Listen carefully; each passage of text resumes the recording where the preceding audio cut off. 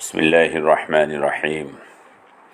الحمد للہ رب العالمین والصلاة والسلام علی رسولہ محمد وعلی آلہ واصحابہ اجمعین اما بعد۔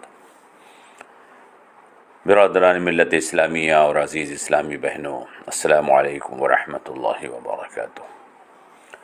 گزشتہ کئی درسوں میں ہم نے ان خطوط کا تذکرہ کیا جو حضور نبی کریم صلی اللہ تعالی علیہ وسلم نے صلح حدیبیہ کے بعد دنیا کے مختلف حکمرانوں کو روانہ فرمائے تھے۔ گھریلو مخالفتوں کی طرف سے اللہ کے رسول کو جیسے ہی اطمینان ہوا، اللہ کے رسول نے دین کی تبلیغ اور دعوت کو عالمی طور پر پیش فرمایا، کیونکہ اللہ کے رسول جانتے تھے کہ یہ دین اسلام جو اللہ نے مجھے دیا ہے یہ کوئی علاقائی، قومی یا مقامی دین نہیں ہے، بلکہ یہ عالمی اور بین الاقوامی مذہب ہے جس کو دنیا کی تمام اقوام کی طرف پیش کیا جانا تھا۔ چنانچہ حضور نبی کریم صلی اللہ علیہ وسلم نے اپنے پہلے خطاب میں اس بات کو واضح فرما دیا تھا کہ جو دین میں پیش کر رہا ہوں یہ عرب اور عجم کا دین ہے۔ حدیث میں آیا ہے کہ اللہ کے رسول صلی اللہ تعالی علیہ وسلم نے مکے کے لوگوں کو جمع کر کے بالکل ابتدا میں یہ بات بتا دی تھی کہ جو دین میں پیش کر رہا ہوں اگر تم اس کو قبول کر لو گے تو عرب اور عجم کے بادشاہ تم ہی بنو گے، تملکون بہ العرب والعجم، اور اگر تم نے اس کا انکار کیا تو اللہ تمہارا محتاج نہیں، وہ دنیا کی دوسری اقوام کو کھڑا کر دے گا جو اس دین توحید کو قبول کر کے کامیابی حاصل کر لیں گے۔ یا الذین آمنوا من یرتد منکم عن دینہ فسوف یأتی اللہ بقوم یحبهم ویحبونہ اذلۃ علی المؤمنین عزۃ علی الکافرین۔ اے وہ لوگو جو خود کو مسلمان کہتے ہو، اگر تم اس دین سے پھرے تو یہ بات سمجھ لو کہ اللہ تعالیٰ ایک دوسری قوم لے آئے گا جس سے اللہ کو محبت ہے اور وہ اللہ سے محبت کرتے ہیں، جو ایمان والوں اور یقین کرنے والوں کے لیے نرم ہیں اور انکار کرنے والوں کے لیے سخت ہیں۔ برادران ملت اسلامیہ اور عزیز اسلامی بہنوں، ہم پچھلے کئی درسوں میں یہ بات وضاحت کے ساتھ آپ کو بتا چکے ہیں کہ جب ہم اللہ کا نام لیتے ہیں تو اس سے ہمارا مطلب اس ذات سے ہوتا ہے جس نے ہمیں اور پوری کائنات کو پیدا کیا۔ اللہ اس ذات کا نام ہے۔ جو نام ہم لیتے ہیں جس نے سورج پیدا کیا، چاند ستارے پیدا کیے، زمین اور آسمان پیدا کیا اور ہمیں پیدا کیا، جس کے حکم سے ہوائیں چلتی ہیں، فصلیں اگتی ہیں، وہ ذات جو پوری کائنات کی مالک ہے اور پوری کائنات کو وہ پال رہی ہے، اسی ذات کا نام ہم اللہ لیتے ہیں۔ بعض لوگوں کو یہ غلط فہمی ہے کہ اللہ مسلمانوں کا معبود ہے،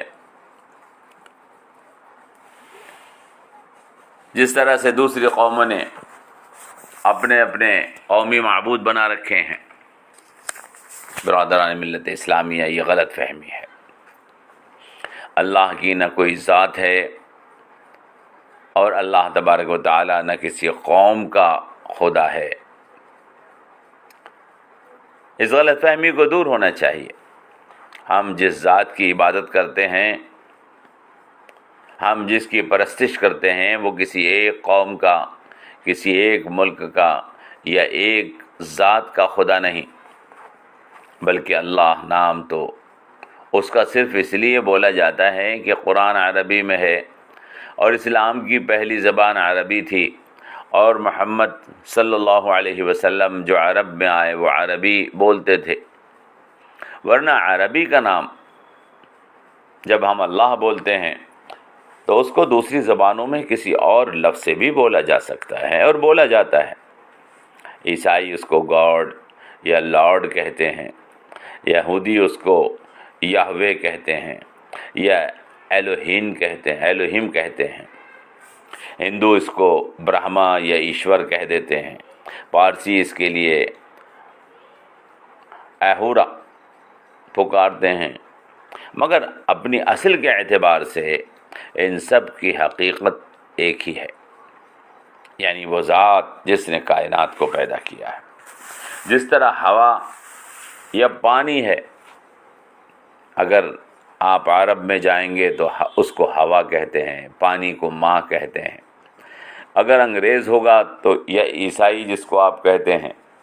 تو وہ اس کو ایئر کہے گا یا واٹر کہے گا۔ پارسی اپنی زبان میں اس کو باد یا آب کہتے ہیں۔ ہندی یا سنسکرت میں اسی کو وایو اور جل کہا جاتا ہے۔ اگر ٹرکش میں ہم بولیں گے تو اس کو ہوا اور سو کہہ دیں گے، بنگالی میں بولیں گے تو وایو اور جول کہہ بولیں گے، مگر لفظ بدل جانے سے حقیقت نہیں بدلتی ہے۔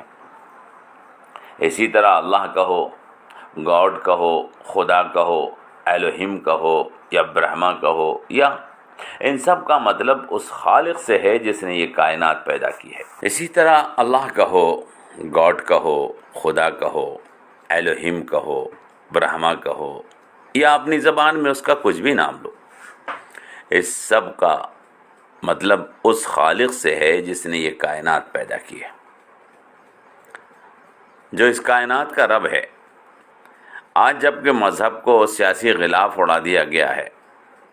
سادہ لوح انسانوں کو لفظوں کی جنگ میں گمراہ کیا جا رہا ہے،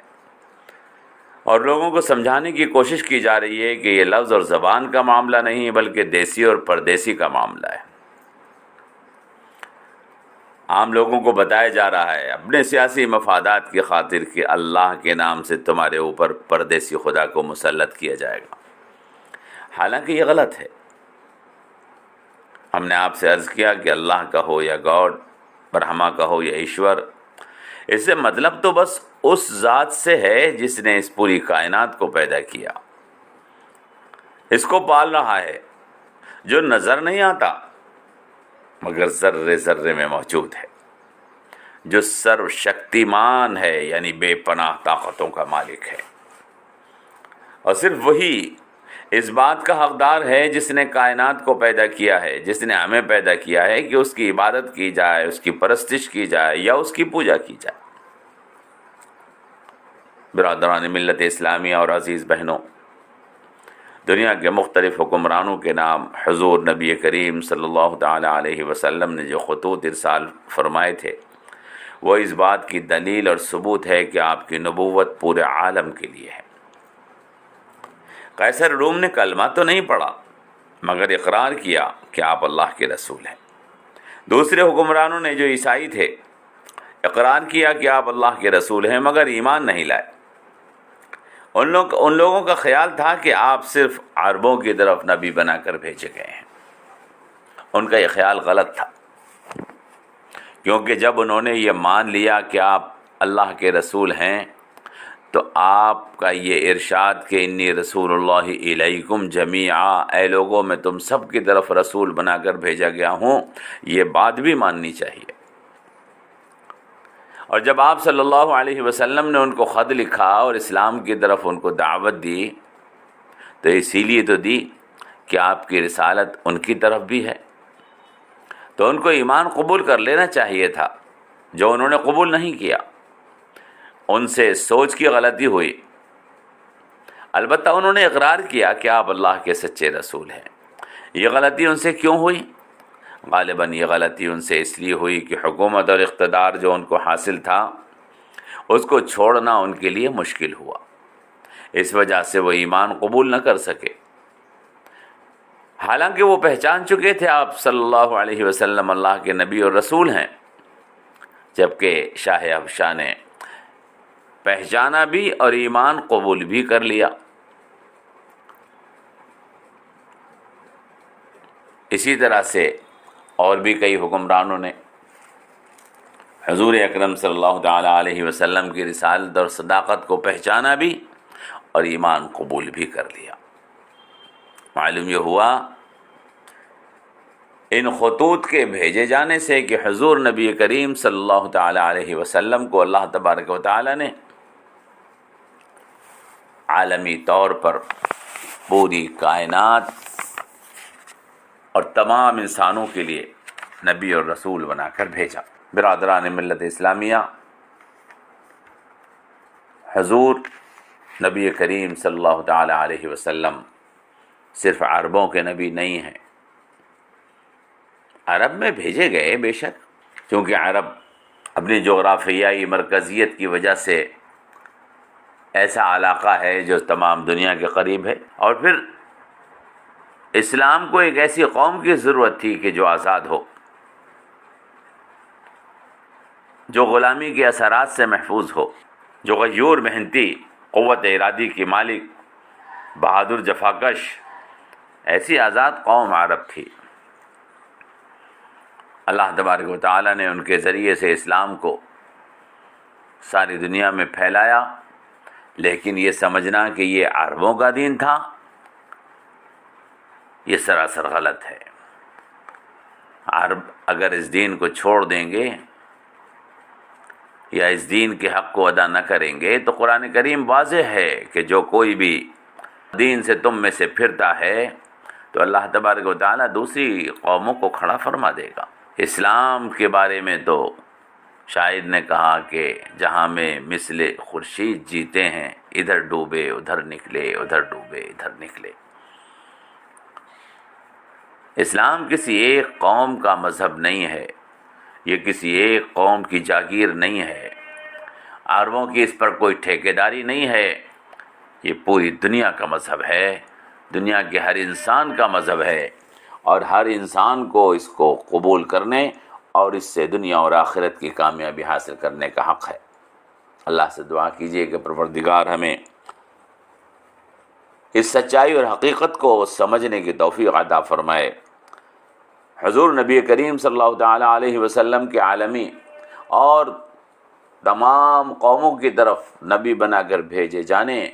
کی حقیقت کو سمجھنے کی توفیق عطا فرمائے، اور ہمارے ذہنوں سے اس تعصب کو دور فرمائے کہ حضور صرف عرب تھے۔ نعوذ باللہ، حضور تو تمام قوموں کی طرف نبی رحمت بنا کر بھیجے گئے، پوری کائنات کی طرف نبی رحمت بنا کر بھیجے گئے ہیں، اور پوری انسانیت کو یہ حق حاصل ہے کہ حضور نبی کریم صلی اللہ تعالی علیہ وسلم سے فائدہ حاصل کرے، اس دین کو قبول کرے، اپنی دنیا اور آخرت کو بہترین، حسین اور خوبصورت بنائے۔ والسلام علیکم ورحمۃ اللہ وبرکاتہ۔